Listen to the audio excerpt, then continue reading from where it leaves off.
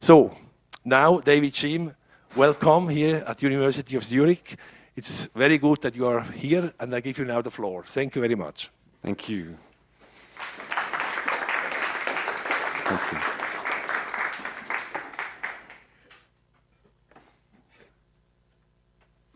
So, before we speak about Messiah mode, first we have to understand the political context that we're talking about, a little introduction to Jewish political thought in our times. So I'm going to appropriate or reappropriate this tradition we have. I don't know if any of you recognize this. These are images from the Passover Haggadah. This is the story that we tell on the Passover holiday. We say there's 4 types of Jews, and we've done this for hundreds of years, and so I'm going to appropriate this and say, yes, there are 4 types of Jewish political thought. I would say that there are reformist, opportunist, supremacist, and humanist. And that these 4 political ideas, they make an acronym, Rosh, or head in Hebrew, so that's an easy way to remember it. But what do I mean by this? Well, each of these political streams can be understood in the way that it relates to the Jewish texts, the Jewish religious books like the Torah and the Talmud. The question that you would ask is the Torah holy? And is the Torah just? Right. So coming into modern era, right, the vast majority of Jewish folks are living in the context of Orthodox Jewry and Orthodox Judaism. And so I term that political camp supremacist camp. And they answer to these questions yes and yes. Yes, the Torah is holy. Yes, the Torah was written by God. And it is, sacred as such. And yes, it is just. When it says in the Torah that, the Jewish people are God's chosen people, and that God is a real estate agent who gave the land of this Israel-Palestine to the Jewish people, that is just, that's correct. So, of course, once we have the Enlightenment and we have Christian countries in the European context, emancipating its population, and now there's an option to be secular, and there's an explosion or a big bang of Jewish political options for the first time. And so we start to see these other camps. There's the reformist camp, and their answers to these questions are different. They say, yes, the Torah is holy. Yes, this is our spiritual tradition, and we value it as sacred, but no, it's not just. It's not right. We need to tinker with it and adapt it and adjust it and amend it to be in line with our modern ethics and values. So that's the reformist movement. The next movement to emerge at this time is what we would consider, I call it the opportunist camp. That's like the modern Zionist position. And they have the opposite. They say, no, of course the Torah is not holy. It was written by men and then edited by other men, over various eras. And it's literature, it's our traditional literature, but it's not the Word of God. But yes, it is right that it says that this land belongs to us. So in brief, no, there is no God, but yes, God gave us the land of Israel. That's the Zionist opportunist position. And then, of course, there's also what was 100 years ago, perhaps the largest of these camps, the socialist camp. I call it the humanist camp, and they would answer to these questions no and no. No, the Torah is not holy, it's just literature, and no, it's not right that we are chosen, that we are any more important than any other people, and so that doesn't reflect our values. Now, of course, when I lay out these 4 political camps, I can already imagine some folks here might be saying, come on, David, get real. I mean, it's so obvious. You're making it so obvious. These are so biased. The terms you use, supremacist, humanist, it's very clear what you're thinking and feeling. And okay, legitimate. I'm not trying to pretend I'm anything else. This is what I'm thinking. These are my views. I firmly, place myself in that camp, in the humanist camp, but I would argue that no matter what camp you're from, you would still see the same 4-camp schema. So let's say you would still see yourself as the most noble, but you would still recognize it. So let's say you're from the reformist camp. So you'd say, we are the stable ones. We provide stability to the system, right? those Zionists, they're hawkish, the religious, they're old school, and the socialists, they're too far left. But you'd still recognize it. Same if you were a Zionist, you'd say, yes, we are the heroic ones, right? The reformists, they're spineless. The religious, they're useful. They help us implement our plan to acquire more territory. And of course, the leftists, they're traitorous. Same if you were in the religious camp, you'd say, we are the intelligent ones, right? And so on and so forth. So you would see yourself in the best terms, but regardless, you would still understand or perceive the same four-camp schema. That's what I'd argue. So again, perhaps if you'd like, we can, deplete these of their valence, of their political orientation. We can say, okay, liberal, nationalist, religious, socialist. Those are the four camps, and those are unbiased terms we can use, but it doesn't make a really handy acronym that's easy to remember. And of course, I'm making the presentation, so I'm going to use my own four-camp Roche schema. These are the terms I'm going to use for the rest of the presentation. But the idea is just to give you a grounding upon which we can build, upon which we can start to understand, start to interpret Jewish political thought, and more specifically, the Israeli political reality that we're living in. Okay, that's just the introduction. Now, let's move on. We're looking at the Knesset, Israel's parliament, and as you can see, the vast majority of seats are controlled by the nationalist camp, right, the opportunists. And the second largest camp, the red camp, they are the supremacists, or the Orthodox, the religious camp. So, of course, this isn't just a one-off. This isn't just like only in this political moment. This is something that has existed for a long time, at least as long as I've been tabulating the official results of the government. You can see election after election after election since the start of the millennium. Every time, it turns out, the largest camp is the nationalist camp, and the second largest camp is the religious camp. So what does that mean? What does it look like and feel like to live in a country in which the nationalists rule, are in the driver's seat, and the religious are in the shotgun position?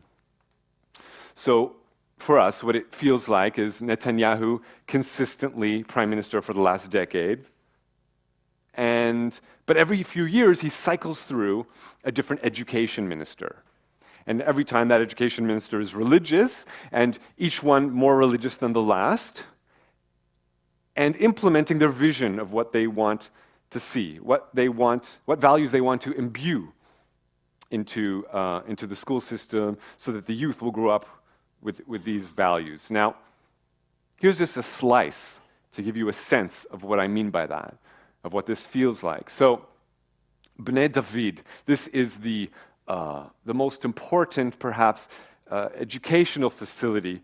It's like the religious seminary that is most highest, considered to be the most important in terms of this is an army academy in which army officers are sent to study the Torah and the Talmud.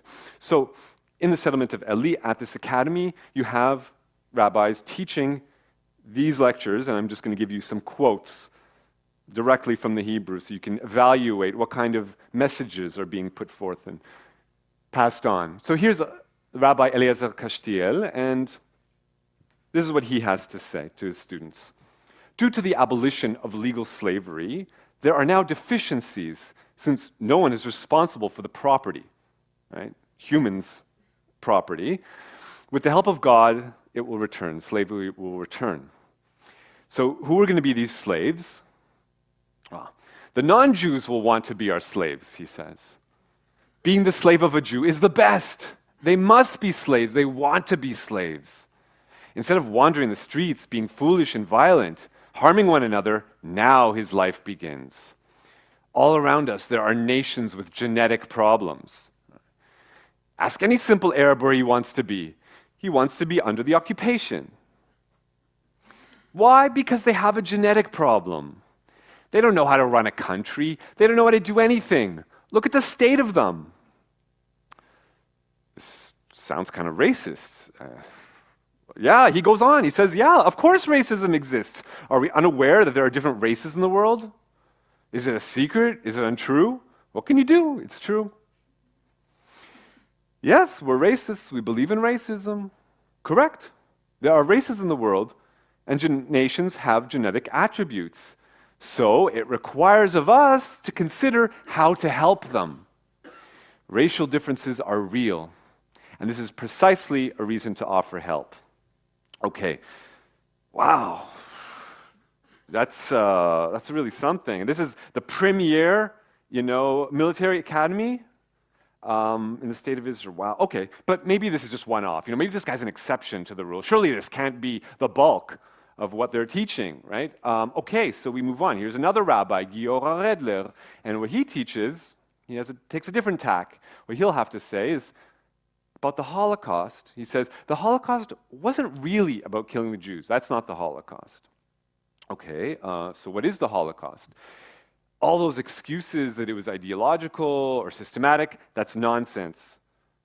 Because it was out of ideology, in a way, it was more moral than if it was just people just murdering, right? Humanism, the whole secular culture of believing in man, that is the Holocaust, he says. The real Holocaust is to be pluralistic, to believe in man. That is called Holocaust. Wow. For many years already, God has been screaming that the diaspora is over, but people don't listen to him. And that is their disease, which must be cured by the Holocaust. Wow. So Jewish people living anywhere in the world other than the state of Israel, that's a disease. And the cure for this disease is to genocide said Jews. Wow. That's about as revisionist as you're going to get. That's pretty sickening stuff. And then he goes on. In relative terms, the logic of the Germans was internally consistent. Hitler said that a group of people, a certain group in the population, is the source of evil for all humanity. They cause evil to humanity, and therefore they must be exterminated. Okay, so let's start with the question. He says, was Hitler right or not? Seems like a pretty obvious answer, right? But you'll be surprised. He says, he is the most righteous person possible. Of course he was right in every word he said. Talking about Adolf Hitler. He goes on to explain, right? What does he mean by this? There is the masculine world that wages war, that is concerned with respect. And then there is the soft, moral, feminine world of turning the other cheek. This is how these are the intonations that he actually uses when he gives it. You can watch it all online, of course. Incidentally, these videos are easily accessible. And it's the Jews that carry on that tradition, trying to ruin all of humanity, and therefore they are the real enemy. He is on the wrong side, but otherwise he is 100% correct. So, briefly, he's saying Hitler is saying that the correct way to be is strong, to believe that might makes right.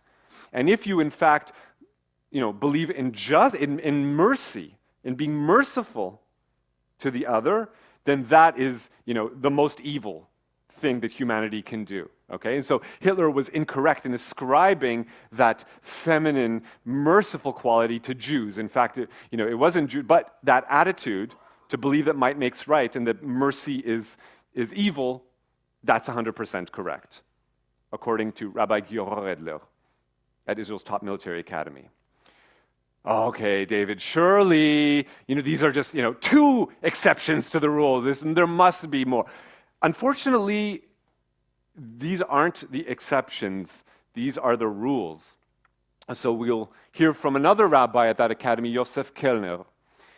And he has a lecture on another topic. He says that to not follow the Torah and commandments is lack of morality and national treason.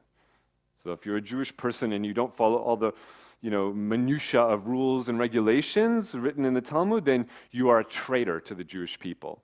In fact, it's called genociding a people, he says. That's genocide, to be a secular Jew. You are not a national criminal, you are an international criminal. It's called crime against humanity. So now, can a nation protect itself from the traitors within? According to most, traitors are sentenced to a bullet in the head, everywhere. For those who betray them, every sanction is legitimate, up to a bullet in the head. Wow. So, slavery, thumbs up, we need to bring it back. The Holocaust, Hitler was 100% correct, the most moral person possible, and if you're a secular Jew, you are sentenced to death, you deserve to die. if I'm summarizing the ideology of the top military academy in the state of Israel, paid for with my tax money. Now, again, you're going to say, oh, this is some outlier. Surely this academy isn't important. Surely these people are condemned. Come on. This is the headmaster of the academy, Eli Sadan, and here he is a couple years ago receiving the Israel Prize, the highest prize in the country. Okay? Receiving it from the education minister at that time. Prime Minister Benjamin Netanyahu is there congratulating him. Okay? Now, I should point out that coming up on the April elections that we just held a few months back, of course, everyone running for election wanted to come to this important academy to be able to speak to the students and, kind of get them excited about the idea of voting for them, perhaps. But the headmaster did not allow Bennett, the education minister, and he did not allow Netanyahu, the prime minister, to speak to the students. The only politician he allowed to speak to the students was his favorite politician, and that's this man, who, previously the chief rabbi of the Israeli army. Now, Netanyahu just made him the most recent education minister. This is our new education minister, Rafi Peretz. And Rafi Peretz, what does he do now that he's our education minister? Well, if you can imagine this, he gives a prize to who? Who does he give a prize to? This man, Yitzhak Ginsburg. Now, I'm going to be bombarding you with names, and I don't expect you to remember almost any of them, because come on, right? But if you're going to remember one name, maybe just this one, because this is probably the most racist rabbi in the country, and quite sickening. And at that, he, a decade ago, published a book called The King's Torah, or Torat HaMelech. And this book, it's like a theological treatise. It asks the question, under what circumstances may a Jew kill a non-Jew? And he comes to the conclusion that pretty much under any circumstance, he writes there is justification for killing babies if it is clear that they will grow up to harm us. So, this is the man who receives a prize from Israel's education minister, essentially, publishing a Gentile murdering manual. Oh, so what, they didn't report this in the Basler Zeitung? Is this not ridiculous that I have to fly all the way over here and burn up all these fossil fuels to explain this to you, this basic stuff? That's a problem, and you need to start asking why that is. But that's for you to figure out. In the meantime, Rafi Peretz, the education minister, coming up on those last elections in April, he voted to merge his party with the party of Meir Kahane, or the followers of Meir Kahane. And if I've already given you a long list of horrendous manifestations of racism in Israeli society, which are horrific enough in and of themselves, but then this step to me is a red line, is another beyond the pale moment. And it wouldn't necessarily be obvious to folks in this room who maybe don't have the same grounding in Israeli history.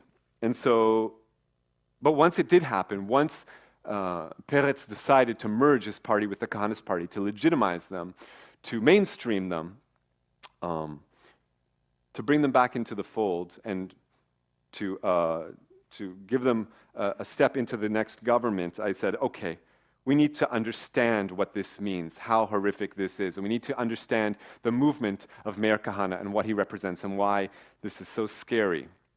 So the story of Kahane doesn't start in Israel. It starts in the United States many, many decades earlier, and that's what I'm going to take you to now. The rest of the presentation is about the life and times of this man, Meir Kahane. So Kahane, he grows up the son of a rabbi, and that means he's part of the supremacist camp, the Orthodox camp. But at the same time, every time that Zev Jabotinsky, the leader of the revisionist Zionist movement, every time Jabotinsky comes to New York, he stays in the home of the Kahana family. So he's also growing up within that tradition, within the Zionist tradition. Now, so on one hand, he's studying Talmud in religious seminaries. On the other hand, he's getting arrested on the streets of New York City, protesting, in this case, protesting the arrival of the British foreign minister at that time for his Palestine policies. So in any case, what does this mean? I would argue that Kahana, growing up in each of these camps, actually fuses the two, combines the two of these, and creates a new camp in a way, because each of these camps, the religious and the nationalist, they're both right-wing camps, but at the same time, each of them has like a release valve, in a way. So think about it. The nationalists, right, they want to acquire more and more territory, but at the same time, they're secular. So you can still have a conversation with them on a logical basis, right? That's their release valve. Now, the religious camp, their vision is a totalitarian one. They want to implement a theocracy. There's no place for non-Jews in their vision of what they want the state of Israel to become. But traditionally, the ultra-Orthodox position was that they were pacifists. They wouldn't be activists. They didn't want to physically implement that vision of what they wanted to come to pass. They would say that that's for God to do. That's for God to come down and bring that into being. So that's their release valve. Right? So each of these right-wing camps has a release valve, but when Kahana combines the two, then that new camp wants to implement this, theocracy by force, by activism. And so I would argue that this new manifestation is a fifth camp. I would call it either the monarchist camp or the messianic camp. And I would argue that that camp has 6 points in their platform, and that's what I'm going to now run you through, explain to you the messianic camp that Kahana really was the harbinger of. So first off, start off with Kahana growing up, pretty conventional for a rabbi, getting his ordination and getting married, and then starting a career as a rabbi, but at that time, this is late 60s now, so we have the Vietnam War going on in the United States, and of course, that's bringing up a lot of conflict in the culture, people starting to protest that war. It's also no secret that there were no small number of Jewish folks who were also part of that protest movement. And at that time, the American government saw this as a threat. And so, across the board, they were attempting to turn citizens, towards support of the war and against the anti-war movement. And in the Jewish community, they tapped Kahana to do that. So I say the first plank of his platform is anti-leftism. And so this is Kahana back in the day at that time. The US government tapped him to try to foment pro-war position amongst Jewish students. And he actually authored a book, The Jewish Stake in Vietnam. Then the next phase, at that same time, also the civil rights era in the US, black folks are standing up, demanding equal rights and to state-sponsored racism.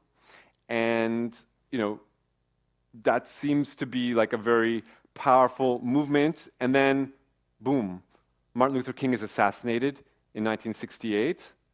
And then folks start asking themselves, well, all this time I've been listening to what Martin had to say and I've been protesting nonviolently, but if Martin is gunned down in the streets, then is that really a viable option anymore? Is there a point to, maybe we need to ramp up our activism and take it to the next level? So then we see in the late 60s, after MLK is assassinated, we see some of his supporters, people who worked with him, like this man James Foreman, again, ramping it up a notch and getting radicalized and starting to speak about something that today on the left we would consider a mainstream demand, but then it was considered super radical, talking about reparations for black folks in the United States for centuries of slavery. So James Foreman issues this manifesto calling for a manifesto to the white Christian churches and Jewish synagogues in the US and all other racist institutions. And what does he want? He decides that he's going to make a march on the richest church in New York City. This is the Riverside Church, and he's going to say, pay up. It's time for you guys to come clean and set the record straight. And so he demands of them to pay him $500 million, as restitution for slavery and how they benefited from it. So how did they respond?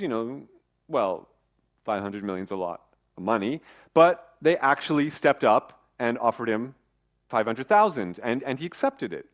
And he's okay. They listened to what he had to say, and they felt it was legitimate, so they were able to come to an agreement. Great.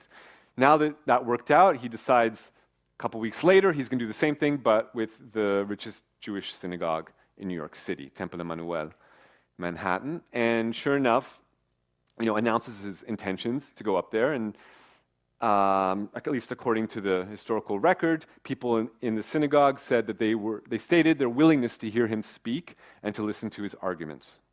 So this is when Kahana implements the second plank of his platform, anti-blackness, and he decides he's going to confront James Foreman. He's not going to allow this to pass, and so he gets together a group of young Jewish men, and according to Time magazine, 30 members arrived at Temple Emmanuel with clubs and chains.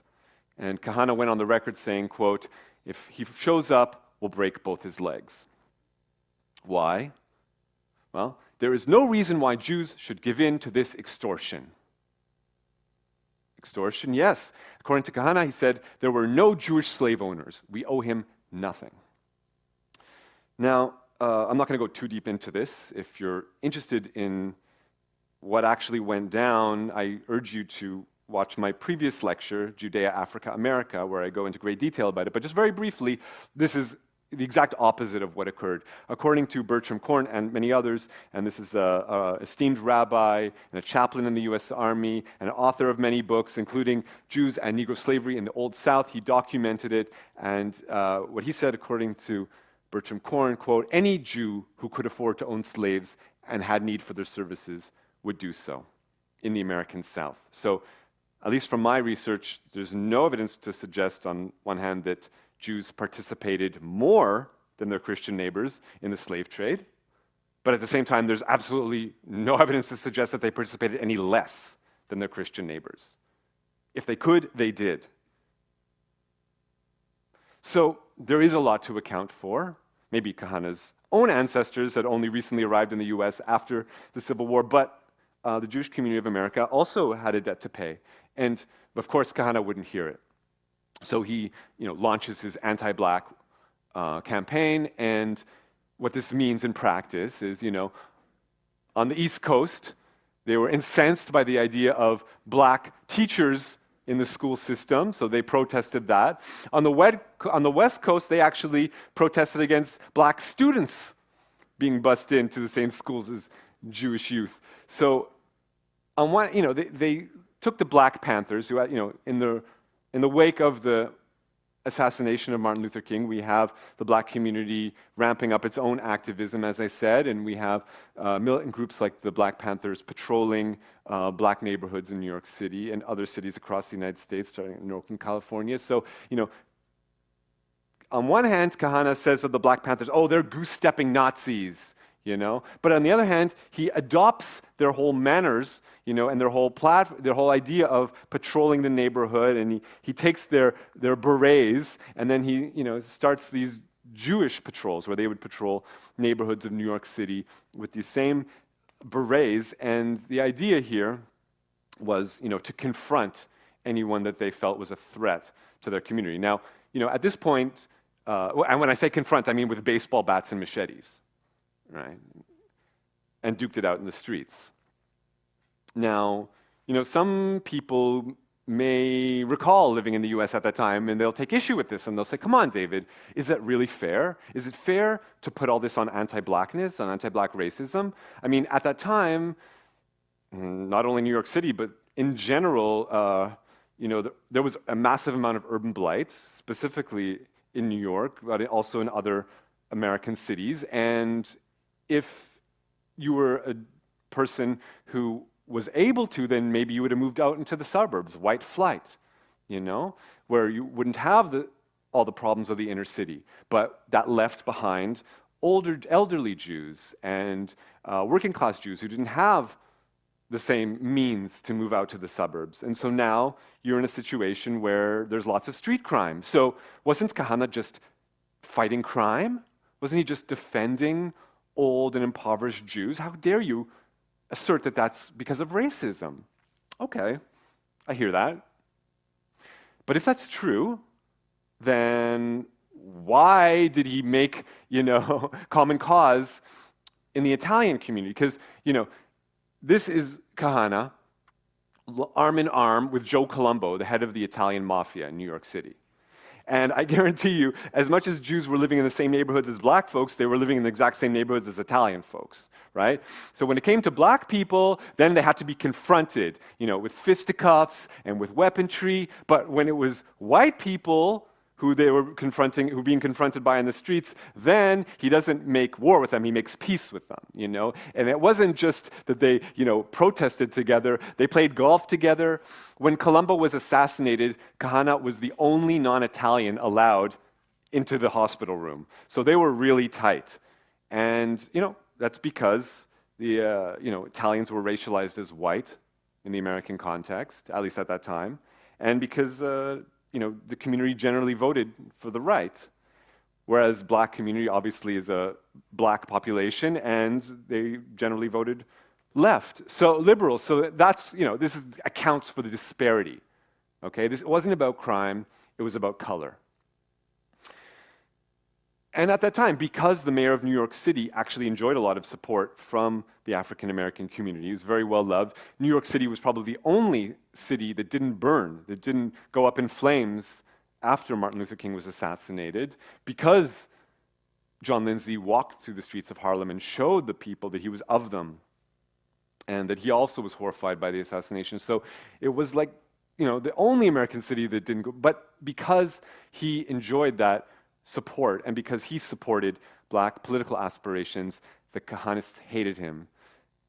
Everywhere Lindsay went, they would harass him and harangue him and make his life hell, and he would have to duck out the back door, from speaking engagements, to the point where, on the eve of his re-election, he actually had to bring Golda Meir, former prime minister of Israel, at that time prime minister, he brings her into New York City to give her the keys to the city, hoping that might save him, that might sway some of the Jewish voters that he had already lost because of this constant harassment from Kahana and the Jewish Defense League.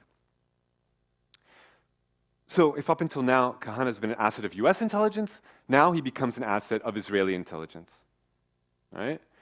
And this is Geula Cohen, and she's a lawmaker in the Israeli parliament, and she comes to New York to meet with Kahana, and she tells him, why are you wasting time with the Schwarzes? All right, I probably don't have to translate that for German-speaking folk.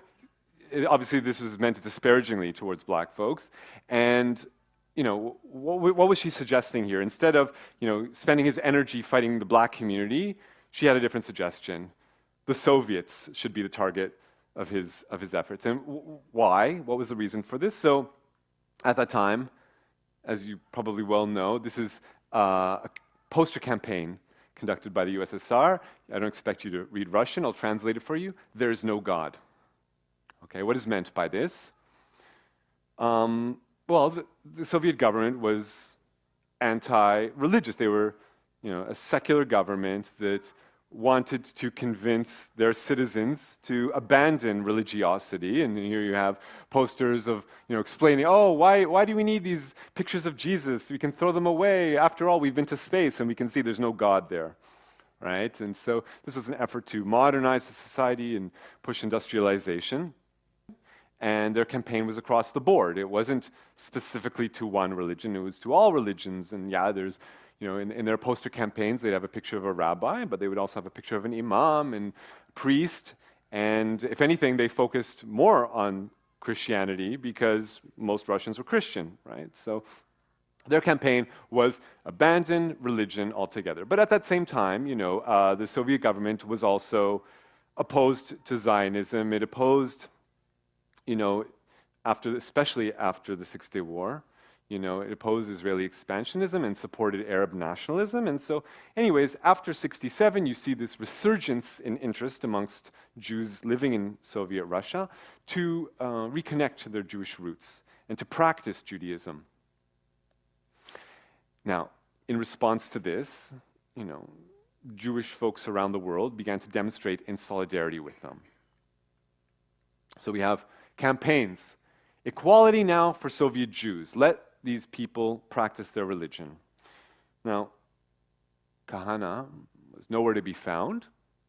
Protest went on, and it didn't meet with any success, so eventually protesters had to ramp up their demands and said, okay, well, let them live as Jews or let them leave. Let them practice their religion or allow them emigrate. Kahana's still nowhere to be found. He's somewhere on the sidelines. In any case, things didn't improve for Soviet Jews, so they had to ramp up the solidarity protests. And then, at this point, people are just like, let our people go. We demand the right to emigrate and to move to another part of the world where we can be Jewish and not be repressed by the state. So now, this dovetails with Kahana's ideology, with the third plank of his platform, which I call anti-diasporism. Anti-diaspora. And this is when he joins the movement. And then he's, a strong campaigner demanding that the Soviet government allow Jewish people to emigrate. And the way that this manifested was not only with street demonstrations, but they would harass and harangue any Soviet official that was stationed in the US, their wives, their children, anything associated with Soviets. And here's an image from streets of New York City. They actually have to be flanked by police officers in order to get from A to B, really ramping up the rhetoric, red blood will flow, and taking up arms, practicing doing target practice to improve their, and actually shooting and bombing. And for this, Kahana was heralded as like a leader of the struggle to free Soviet Jews.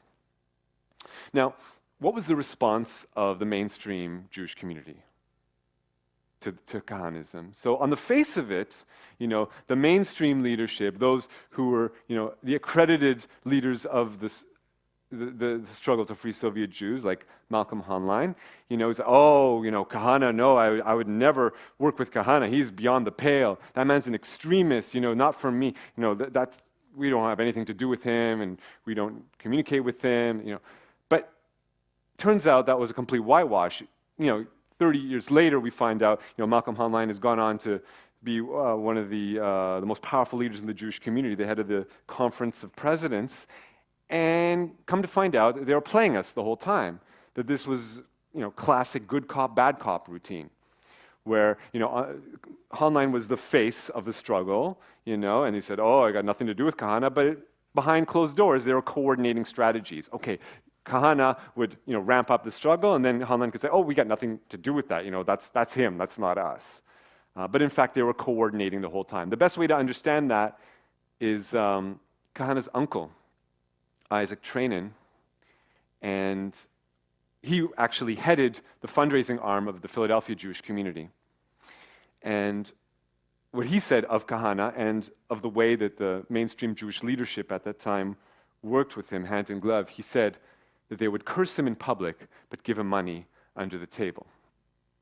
Of course, there were those who didn't even bother going under the table. There were just those who give him money over the table, like Jackie Mason and others who actually organized promotional events, to raise funds for Kahana, straight up. So,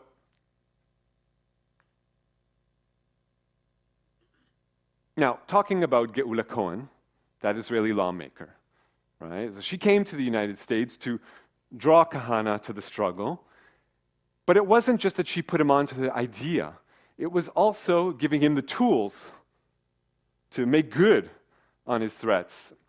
Now, when she came and met with Kahana, she wasn't alone. She came with another man, another Israeli parliamentarian. I don't know if any of you recognize the man she's standing with here. This is Yitzhak Shamir, who later went on to become Israel's prime minister.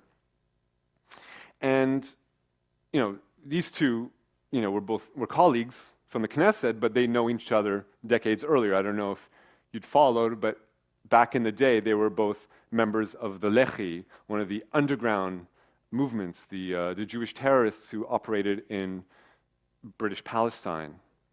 In the 1930s and 40s, they would, attack Palestinian targets and British targets in order to drive the British out of the country. And so Shamir and Geula Cohen, they come to the US and they meet with Kahana, and start him on this path, but they also give him the tools to do so by introducing him to Amichai Paglin.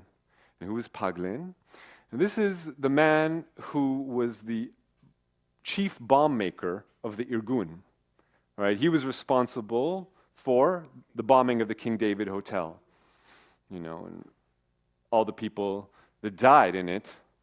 And other bombings, Paglin was the mastermind. And so now, Paglin is being brought to meet with Kahana to teach him bombcraft, to teach him and his henchmen how to build bombs. And then that information was then turned into, instruction manuals. The Jewish Defense League, they then printed these instruction manuals where they explained how to make a Molotov cocktail and incendiary time bombs and booby traps, and they passed this knowledge on to the rest of the followers of Kahana.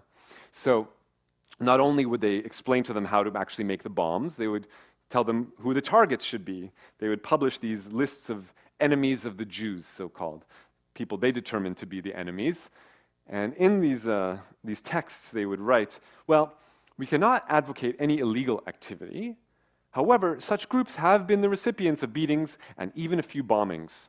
Although we lose no sleep, we cannot tell people to do that. It's illegal. So in other words, wink, wink, nudge, nudge, you know what to do. We can't explicitly say, go kill these people, but here's the instructions of how to make a bomb, and here's the people we think deserve to be bombed.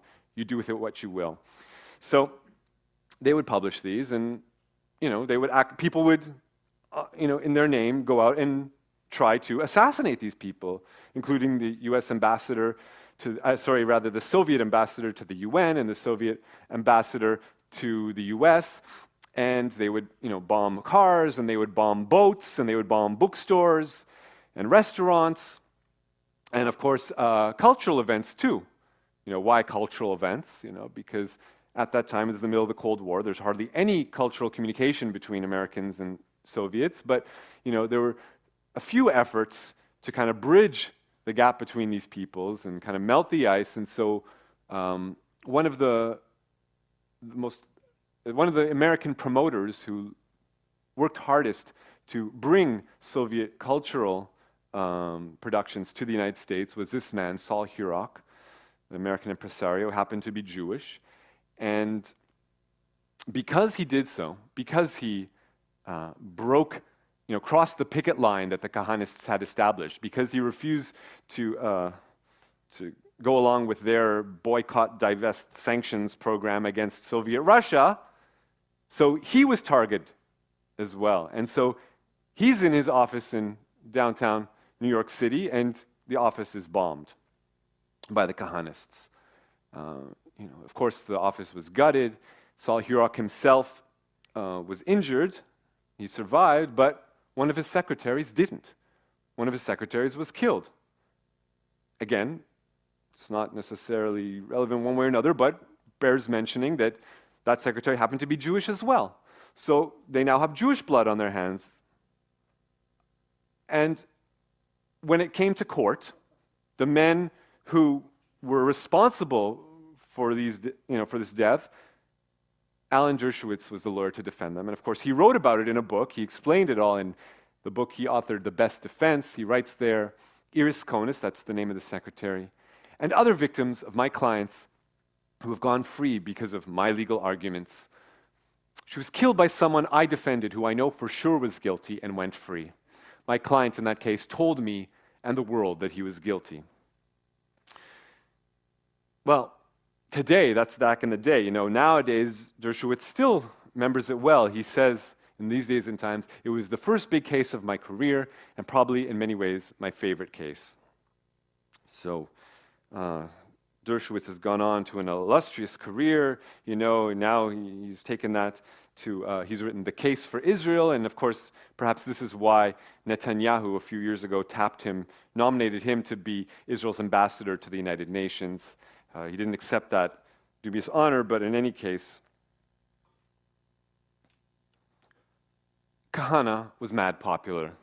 People streamed to his side. Now, why? What was the secret of his success? How was he able to convince so many young Jews to join his movement? Well, at least one answer was offered by this man, Shalom Komeh, who was the head of the American Jewish Committee, mainstream Jewish organization. And at that time, when Kahana finally died, he eulogized Kahana and saying, well, Meir Kahana must always be remembered for the slogan, never again. And what is meant by this? By this he means, that the Holocaust should never happen again. So invoking the Holocaust is, the right and privilege of Meir Kahana, and for this he should be remembered. Now, how did he do it? Literally at every single event. No matter what the campaign was, never again. Jewish Defense League, never again, never again, never again. It didn't matter what the cause was, or if it had anything even remotely to do with the Holocaust, or even approaching that level of horror. So, to ridiculous lengths. So here's Jesse Jackson, the first African-American man to run for president of the US. No, Jackson is a black Nazi. Jackson is a Jew hater, according to the Jewish Defense League. Vanessa Redgrave, the actress, because she stood up to the Kahanists. No, Redgrave, Arafat, Hitler, there's no difference. No worries, take care, thanks for coming out.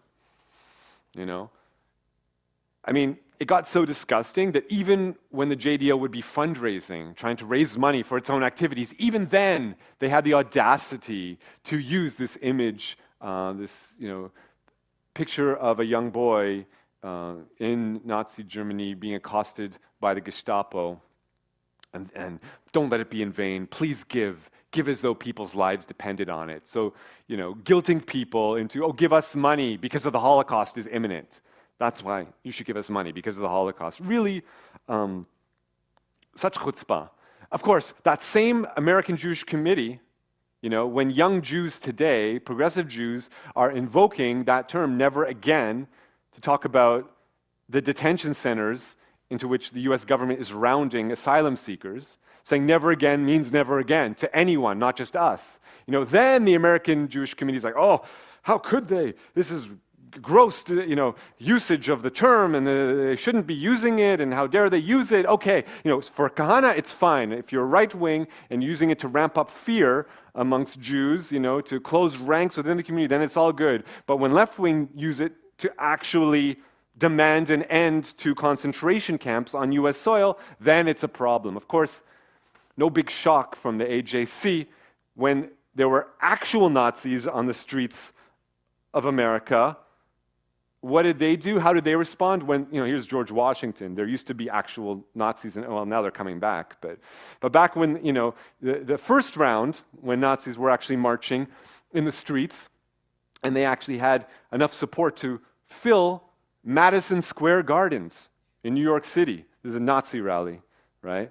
And at that time, the head of the American Jewish Committee wrote to the owner of Madison Square Gardens, no, don't shut it down. Give them their say. Allow them to, free speech and all, they should have a platform as well. So really, with your checkered history, I really think that the AJC should sit this one out when it comes to responding to Nazi threats and who has the right to invoke the memory of never again. But in any case, it is fair to say that the Kahanists did stand up to real live Nazis. It wasn't just in word, but also in deeds. So they would actually send bombs to the heads of the U.S. Nazi Party. They didn't always explode, but they would send them. And not only would they, confront the leaders of the Nazi Party, but think of at that time we actually have Nazis organizing marches in the streets of the United States. This is at that time a guy who organized a white power rally, and of course you need to fill out a form, submit it to Philadelphia City Hall in order to get a permit, right? So he writes there, what's the reason for the demonstration? Well, it's going to be a white power rally to show to white masses the unity of the white race and N-word and Jews are cowards. And what signs are you going to have at the demonstration? Oh, we're going to have signs that say, gas, commie Jews, and Hitler was right. So he submits the paperwork, and of course, in response, the Jewish Defense League, is like, all right, well, we're going to get this guy, we're going to show him what's what, we're going to confront them in the streets of Philadelphia, we're not going to allow this to pass. Sounds good, right? Until you find that the head of the Jewish Defense League in Philadelphia was the same guy who organized the Nazi rally, Mordechai Levy. He just did it under another name, under a pseudonym, but he actually organized that Nazi rally. Why would he do that? Why would the head of the Jewish Defense League organize a white supremacist rally? Well, again, as I've been explaining to you, it's about that anti-diasporism. That is the third plank of the Kahana's platform. Meaning, well, in Kahana's own words, he said, we want all of our kids to go to Israel. There is no future for the Jews in America. There's only one thing that will bring Jews over to Israel in any large scale from any Western country: anti-Semitism. And of course, if there's not enough of it, then he would have to create it. So that's Kahana and the Nazis. So, okay, at this point, he's got such a record. He's already, his minions have already been caught left and right, running guns, shooting, bombing, and then Kahana himself gets arrested, and they've got him dead to rights. They have him, writing letters to his henchmen saying straight up, I suggest an immediate kidnapping or shooting of a Soviet diplomat. If we can't get someone to shoot a Russian diplomat, anyone, we are Jewish pigs. So the judge gives him two options.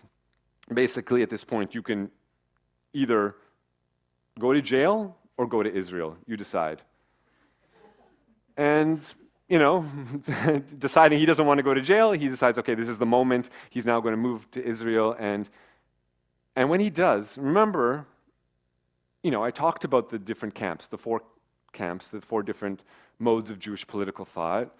So there are the two camps from which Kahana drew inspiration, the nationalists and the religious.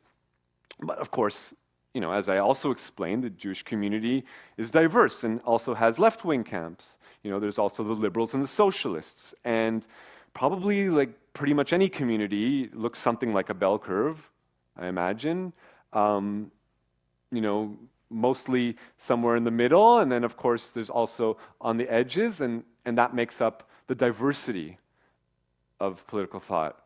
Now, once Kahana comes into the mix, what he does is just the invention of a fifth camp on the far right, and its legitimization means that it shifts the Overton window. So now, how do we measure the effects of Kahanism in North America? Now, the center of the Jewish community is firmly in the nationalist camp, they're firmly in the Zionist camp. Okay, that's the effect of Kahanism in the US. But of course, once Kahana moves to Israel, he's working with a whole different set because, Israel is the nationalist project, right? So it only stands to reason that most of the Jews who move there are of the nationalist variety, right? So when he gets to Israel, this is, what he encounters, a community that is mostly nationalist, as I explained earlier, and with the second largest camp being the religious camp. And so if Kahana was popular in the streets of the United States, he was much more popular in Israel. Now, when he gets there, the religious elite and the political leaders of the time, they all want to bring him into the fold. They recognize his potential, but he decides to go it alone. He decides he's going to run in his own right, start his own political party, and he does so, and he makes it into the Knesset. In the Knesset, he starts proposing bills. He submits legislation, and he tables it, and so this is when I say that he launches the fourth plank of the Kahana's platform. I call it anti-love. And what I mean by that, here's a sample of a poster that he popularized. And again, I'll translate. I don't expect you to read Hebrew. And this is in English. Jewesses, don't date Arabs or other Gentiles. And of course, he actually, put it into the form of a bill. And here's the exact text. So you can't say I'm quoting it out of context. Here's the exact text of the bill that Kahana proposed. Jews and Jewesses are forbidden to marry non-Jews, whether in Israel or abroad. Partners in a mixed marriage, which has already been performed, will be compelled to separate immediately. Jews and Jewesses are forbidden to have full or partial sexual relations of any sort with non-Jews. The transgressor of the section shall be punished with 2 years' imprisonment. A non-Jew who seduces a Jew to have sexual relations shall be punished with 3 years' imprisonment. The claim that the non-Jew did not know that his partner was a Jew does not exempt him from punishment. And the education ministry will prepare curriculum for primary and secondary schools against intermarriage. Okay, now that's obviously Kahana's efforts to, create total racial separation, but that's not enough for him. He's got to go to the next level, and he wants expulsion, right? And so this is now the fifth plank of his platform, which I call anti-Gentile. And so here's the text of the next bill that he proposed to the Knesset. Of course, we already see the seeds of it in his manifesto, one of many books he wrote. They must go. There's not a lot of room for interpretation here, not too subtle. A point, straight up, ethnic cleansing is his goal. And here's the text again, so you can't say I quoted it out of context. Only a member of the Jewish people may be a citizen of the state of Israel. The National Insurance Institute, Social Security, only Jews will be able to benefit from its payments. A commission will be established to investigate the various religions to determine which of them are idol worship. Okay? A non-Jew who wishes to dwell in the land of Israel will have to assume the status of resident alien. What does that mean? The government shall determine the maximal number of resident aliens who may be settled in the land of Israel. So, don't get your hopes up, let's say if you make the cut, we're going to decide, if you're not Jewish, whether you live in the land or not, we're going to have to figure out if you're worthy of it. A resident alien may not live within the municipal boundaries of the city of Jerusalem. So, just to start off, ethnically cleanse the capital city altogether. A resident alien may not be appointed to any position of authority and will not be able to vote. So complete disenfranchisement for Palestinian citizens of Israel and anyone else who's not Jewish. Every resident alien will also assume the obligations of taxes and slavery as defined by Jewish law. Okay, you were shocked when I talked of slavery earlier. Here's the roots of it. Okay? A commission shall determine the compensation to each non-Jew who prefers to voluntarily leave Israel. So here's the real goal. This is what he's driving at, right? Make it so horrific so that, you're just like, God, I can't take it anymore. Better to live on my feet somewhere else in the world than, to be oppressed in my homeland. So this is the idea, to kick Palestinian people out of the country by making life so sufferable for them, so insufferable. So, of course, any violation by a resident alien of one of his obligations will bring immediate expulsion from Israel. So really turn the screws in. And at this point, when he's proposing these racist bills, at that point, Israel's in a different place than it is today.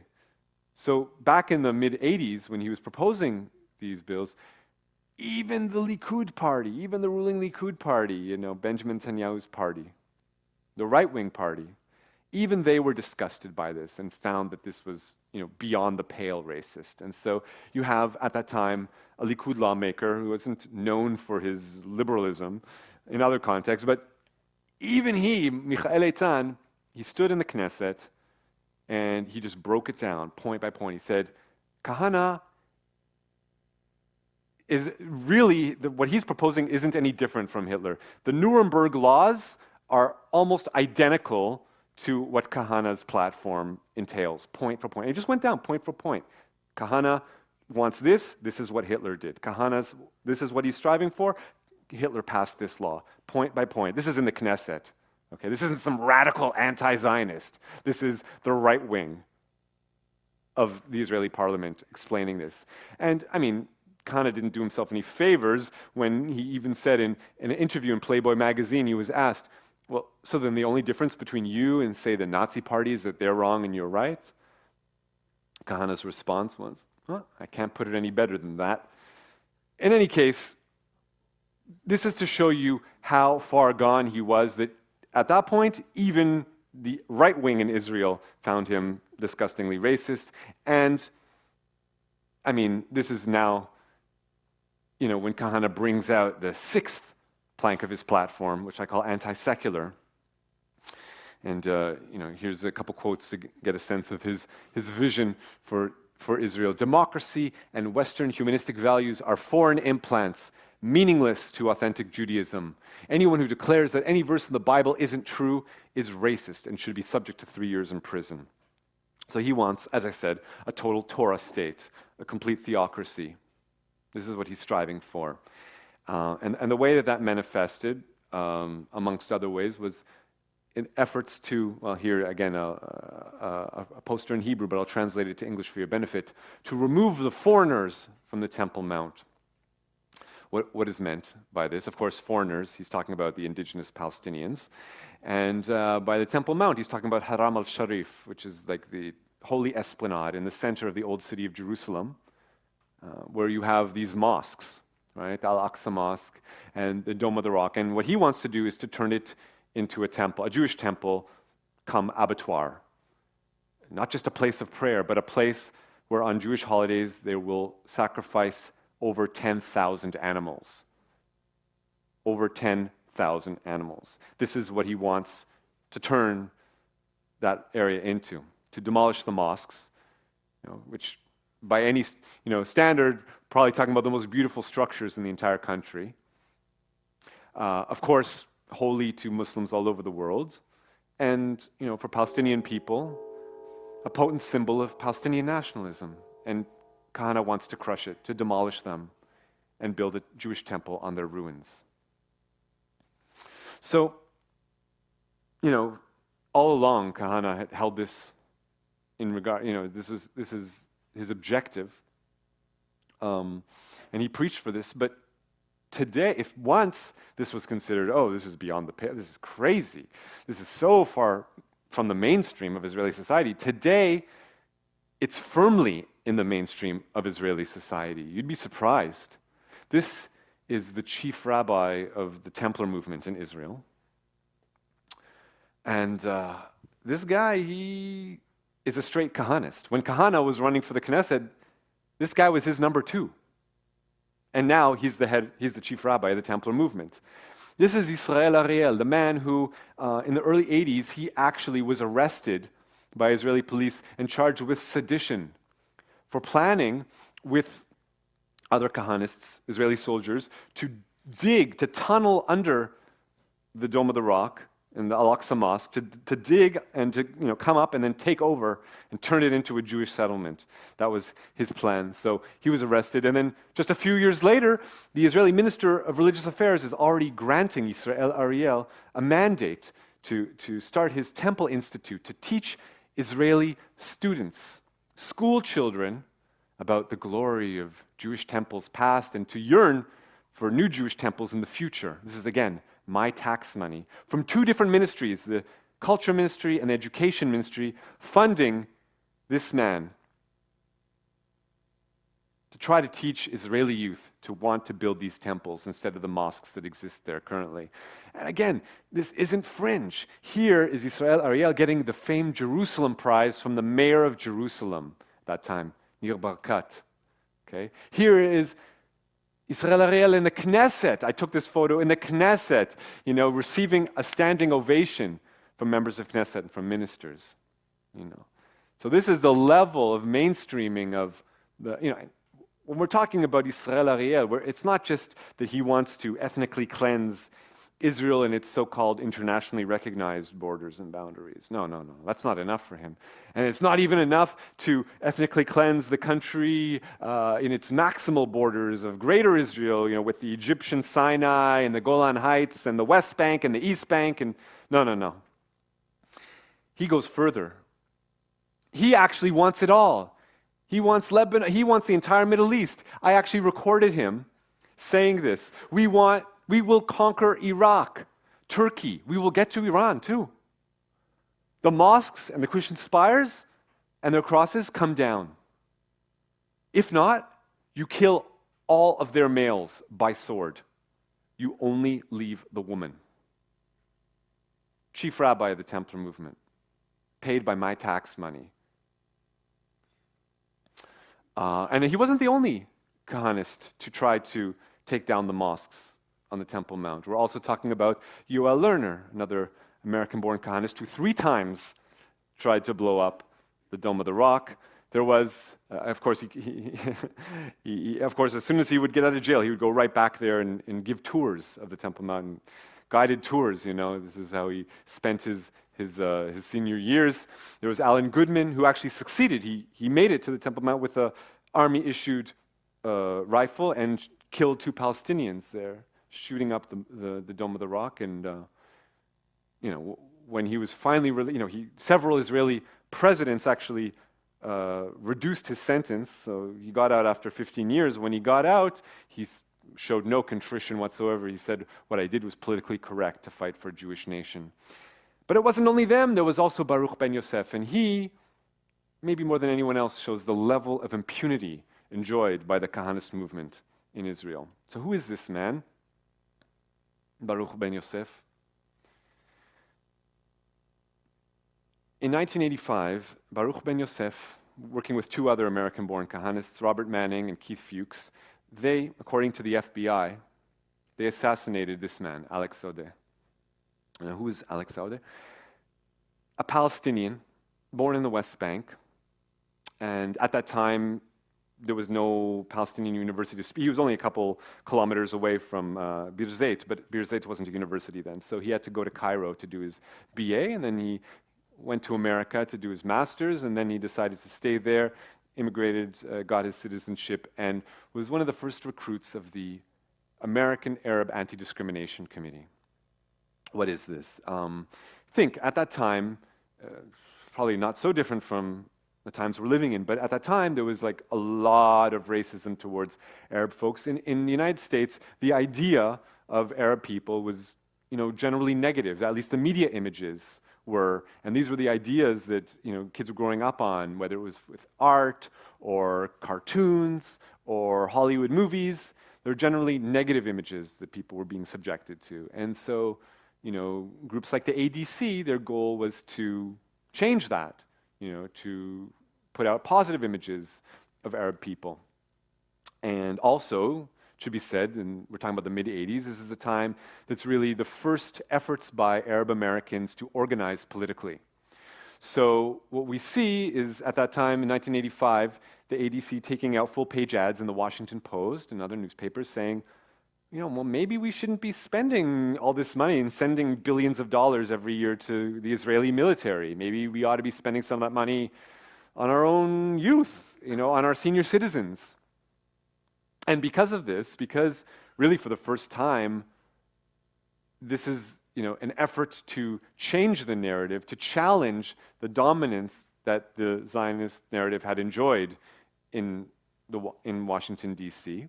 And so because of this, the ADC was perceived as a threat. And that's why Alex Odeh had to be killed, I guess. That's why the Kahanists killed him. They started off by, threatening him, and they'd call him on the regular and threaten him. And I found this evidence in their own files of it. But on October 11th, 1985, later that day, he actually was supposed to speak at a local synagogue. He was doing intersectional work before we even had that name for it, because he really believed in that our safety is in solidarity, working with other communities, Jews, Christians, and Muslims. But that day, he walks into his office, and it exploded. Of course, this was highly traumatic for his community and for his family, but for the Jewish Defense League, national chair at that time, Irv Rubin, said, well, he got exactly what he deserved. So this is how in America they took the life of a Palestinian man. But it's not only in America where they're operative. Now the Kahanist movement is in Israel, and its record in Israel is horrific. They have the status of having, the biggest body count on their hands, in their history. This is Hebron, right? This is the largest Palestinian population center in the West Bank.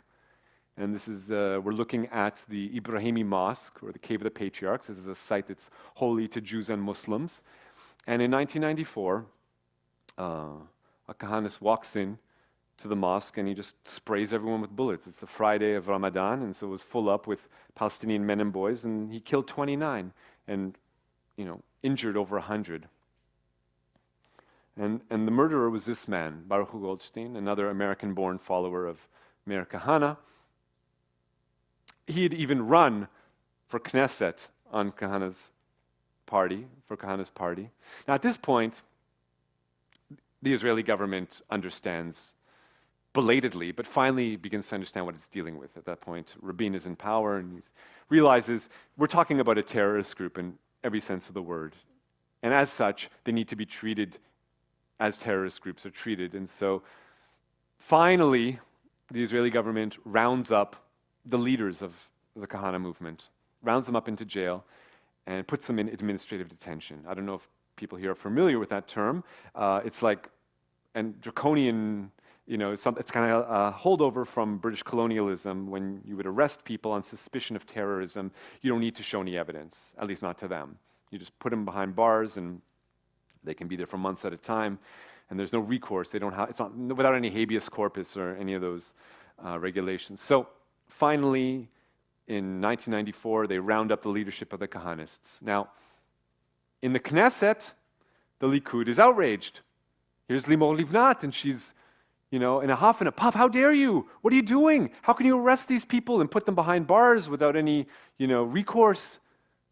And, Israel's police minister at that time, Rabin's police minister, Moshe Shachar, calm down, Limor. I mean, you're looking at me like we're doing something wrong here. After all, it was a Likud government that used administrative detention for the first time against Jewish Israeli citizens.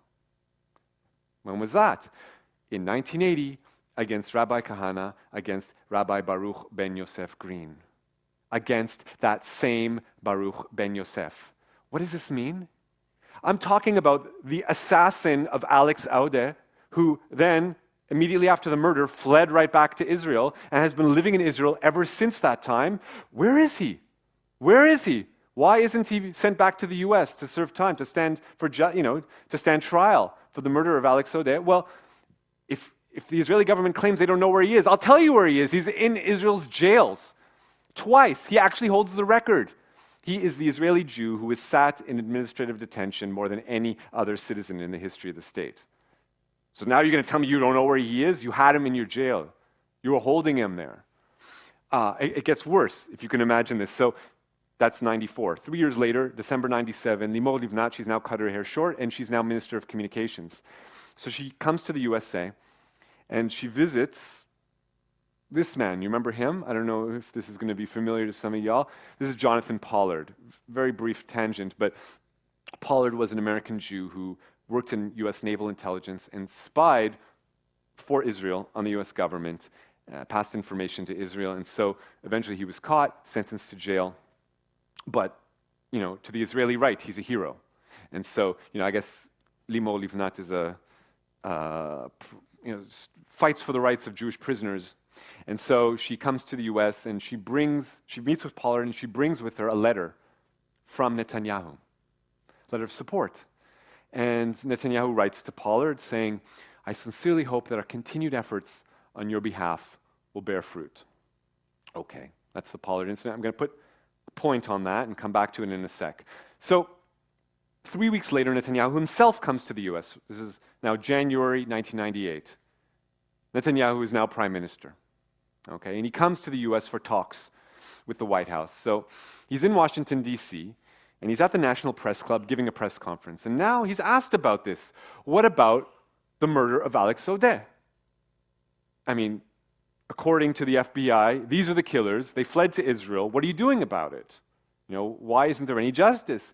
And so Netanyahu says, well, yeah, I know about the case of Alex O'Day, but didn't we send you the murderer already? Didn't we sent you Robert Manning? We extradited him back to the US. But Israel extradited him for a different murder, a murder that he'd committed years previous that had nothing to do with it was just a murder for hire. It was a murder for money. And he, in fact, is sitting in an American jail till this day. But he never stood trial for the murder of Alex O'Day. And besides the fact there's two others, the questioner then goes on, presses him, says, okay, so here's Manning today, still in jail, but then the questioner asks him, well, Keith Fuchs and Andy Green are apparently still in Kiryat Arba. That's the Kahanist enclave outside of Hebron. And the Justice Department has not received full cooperation at all from the Israeli government on this matter. What's Netanyahu's response? Incidentally, you can go online afterwards and watch the video on C-SPAN to verify it for yourself. I'm not just making it up. Netanyahu's response is, I assure you that our policy is to cooperate fully with the murderers. Now, okay, I can already hear someone in the audience must be saying, no, bichyat, come on, David, really? This is obviously just a slip of the tongue. I mean, it's easy for anyone who, to make a mistake and to just, slip up and say the wrong thing. And admittedly, he responded, right afterwards, he followed this up with boilerplate, oh, of course, we don't discriminate against Jews or Arabs. We arrest everyone who's good. Okay, fair enough. But in evaluating whether or not this was some kind of Freudian slip, we need only look a few months into the future. So this press conference is in January 98. November 98, Netanyahu is in court. Why? He's now being sued by that same Jonathan Pollard. Okay, Netanyahu sent him a letter of support, but that's not enough. He's still rotting away in a US jail. He's pissed. Here I am, sitting in a US jail, and I could be here for the rest of my life. When's Netanyahu going to actually stand up and claim me as an Israeli agent? And maybe in that way, perhaps I could be repatriated to Israel. And this is what he wants. And so he's now suing Netanyahu in Israeli court, demanding that, and this case goes all the way up to the Supreme Court. So now Netanyahu's in the Supreme Court defending himself from a lawsuit from Jonathan Pollard. And who do you think the lawyer was? Yeah, people generally suspect that Alan Dershowitz would have been the lawyer, but no, actually, it was this man, that same Baruch ben Yosef. He's now reinvented himself. He went to law school, got his law degree, and he's now suing Netanyahu, filing suit against him in an Israeli court, and it goes all the way up to the Supreme Court. 10 months earlier, Netanyahu's like, I have no idea where these guys are. The assassins of Alex O'Day. Who knows where? They could be anywhere. No idea where they might be. They're suing you in court. You really expect me to believe you don't know where he is? He's the person standing in front of you in court. That's where he is. And Netanyahu just covers for him and expects us all to believe that he has no idea. This is the level of impunity that the Kahanist movement operates in, to the highest levels of power. Are you starting to understand this? So, Baruch ben Yosef, of course, today, he continues to be, he's argued at this point dozens of times in front of Israel's Supreme Court. He's sued not just Netanyahu, he's sued several Israeli prime ministers and more ministers, but of course continuing to return to the Dome of the Rock that he tried to blow up back in 1980 on the regular. But remember, I said there were two who are still in Israel, and the other one is Keith Fuchs. Well, he's still living in Israel, and he's still showing up at the Dome of the Rock whenever he can. He's now changed his name to Israel Fuchs, but in some ways, the level of impunity he's enjoyed are even more disgusting than those enjoyed by Baruch ben Yosef. So in recent years, Fuchs actually got together with 4 other men, also members of a Kahanist front group, Komemiyut, and they established an NGO called Meshilut, of course, with money from Netanyahu's bagman. This is Ken Abramovitz, the head of Likud USA, so the biggest funder of Netanyahu's Likud party, right? So the funder of the Likud party funds Israel Fuchs,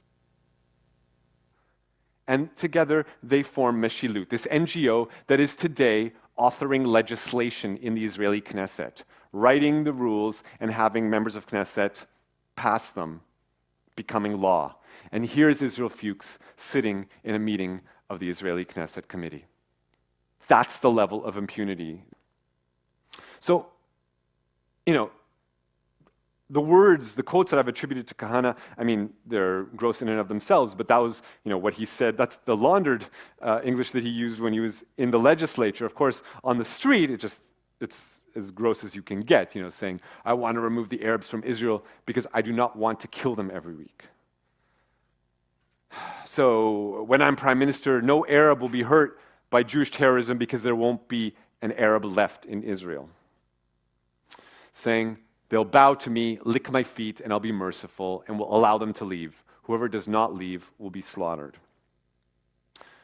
Well, with this level of incitement to genocide, it's no small wonder that in 1990, Kahana himself was assassinated on the streets of New York City by a group of men who later would form Al-Qaeda. This is actually the first terrorist attack of the people that became Al-Qaeda. And once Kahana dies, the chief rabbi of Israel, Mordechai Eliyahu, actually eulogizes him at his funeral. His funeral is attended by hundreds of thousands. It's like one of the biggest funerals in the history of the country. And the way that we can measure the success of the Kahana movement is by looking at the city of Hebron. So this is the shuk, right? The souk, the marketplace in Hebron. This is before 1984, and you can see it's hustling, bustling, and people are purchasing their wares. And then, ever since the massacre at the Cave of the Patriarchs, this is what it looks like now. It's a ghost town. So instead of kicking out the Kahanists, the government expelled Palestinian people from the market. And this is the level of influence that the Kahanists have in Israel. Of course, the year after that massacre, Rabin himself was assassinated, incidentally, 5 years to the day after Kahana was assassinated. Was it a coincidence, or did his murderer intend to send a message here? In any case, once Rabin is assassinated, soon after Netanyahu comes to power. And what does Netanyahu do once he's in power? He appoints Kahanists to the government. He actually installs in his government former followers of Kahana. Of course, they've now, realized that they can achieve more if they, take off the Kahanist garb and put on a suit. And so these men, who were once followers of Meir Kahana, now they've been whitewashed. I don't know if you recognize them from their youth. You may recognize them, however, in their modern incarnation. Here's the ministers Tzachi Hanegbi and Avigdor Lieberman. So now, the followers of Kahana are actually in the halls of power, but even if they don't now espouse, support for Kahana, Kahana's of course got his own supporters, like Benzi Gopstein, and he is still funded by Netanyahu's bagmen. So here's Simon Falek, all right? This is the number one supporter of Lehava, that's the Kahanist anti-miscegenation gang that roams through Israeli cities trying to break up, harass and harangue mixed couples, who are romantic relationships between Jews and non-Jews. They try and stamp them out. So this anti-miscegenation gang is funded by Simon Falek. Who's Simon Falek? The top funder of Netanyahu's political campaigns. When Netanyahu runs for office within the Likud party, his top funder is Simon Falek, that same Simon Falek who's the top funder of the Kahanist movement. Are you starting to understand the connection between Likud and Kahana? This is how deep it runs.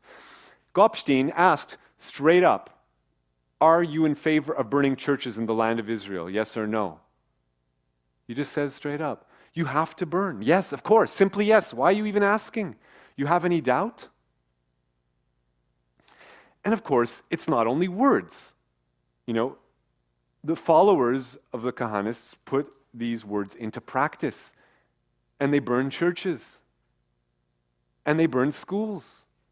This is, one of the only schools. 99% of schools in Israel are segregated by race or religion. One of the only schools in which Jews and Palestinians actually study together in Hebrew and Arabic, they target it because, they're trying to separate So they're trying to separate the races, and they'll burn the schools if they have to. And this is their legacy. This is Israel today. So yes, it's true that in 1988, Israel's Supreme Court did actually decide that Kahana's party was too racist by Israeli standards and kicked them out of the Knesset and ruled that they could no longer run for the Israeli parliament. That's true, that did occur in 1988. But here we are, 30 years later, and now that same Supreme Court rules that the Kahanist party, the party of Kahana's followers, is eligible to run for the Knesset. And they do. And they've fused with the Jewish Home Party, thanks to Netanyahu's efforts. He urged them to do so, and they did. And whether they get into the Knesset or they don't get into Knesset, whether they have enough votes to do so, that's not the major issue. As Itamar Ben-Gvir said himself, it could be that we will be in the next Knesset or that we won't be in the Knesset. That's one question. But when we move the whole system to the right, it's not just one member of Knesset, it's the whole government that moves. After all, it's not only the Kahanist party that has Kahanists. Mai Golan, who they've been cultivating for years, who has led efforts to ethnically cleanse Tel Aviv of African refugees.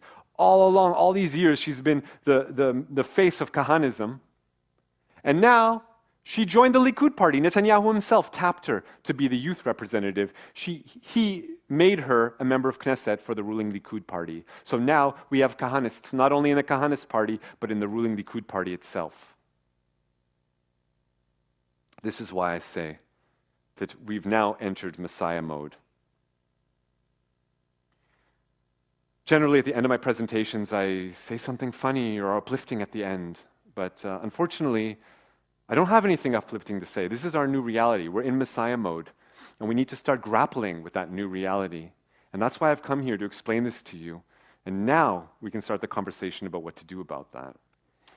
Thank you for coming here today.